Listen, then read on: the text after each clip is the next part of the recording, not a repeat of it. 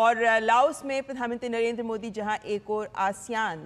शिखर सम्मेलन में भाग लेंगे, आसियान भारत शिखर सम्मेलन में भाग लेंगे, तो साथ ही साथ ईस्ट एशिया समिट में भी प्रधानमंत्री नरेंद्र मोदी शिरकत करेंगे। तो वियंगचान लाओस में प्रधानमंत्री नरेंद्र मोदी का आगमन, रेड कारपेट दिखाई पड़ रहा है प्रधानमंत्री के लिए और गार्ड ऑफ ऑनर दिया गया। ये दिखाता है कि प्रधानमंत्री नरेंद्र मोदी और भारत के प्रधानमंत्री नरेंद्र मोदी और भारतीयों के लिए एक सम्मान सीधे तौर पर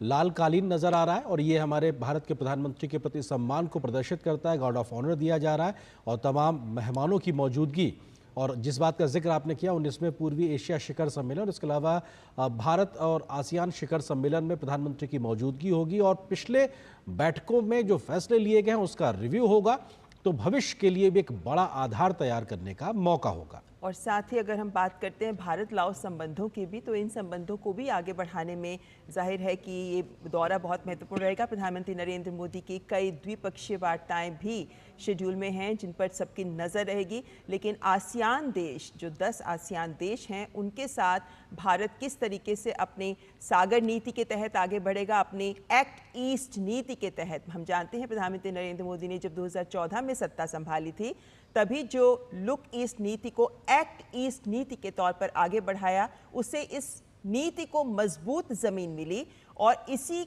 नीति के अंतर्गत ये जो आसियान के देश हैं, ये तमाम आसियान के 10 देश हमारे लिए बहुत महत्वपूर्ण रखते हैं, खासकर तब जब हम हिंद प्रशांत क्षेत्र को लेकर न केवल भारत बल्कि विश्व के तमाम देश बहुत गंभीरता से इस पूरे क्षेत्र की रणनीतिक उथल पुथल पर भी नजर रखे होते हैं। ऐसे में भारत और आसियान देश मिलकर इस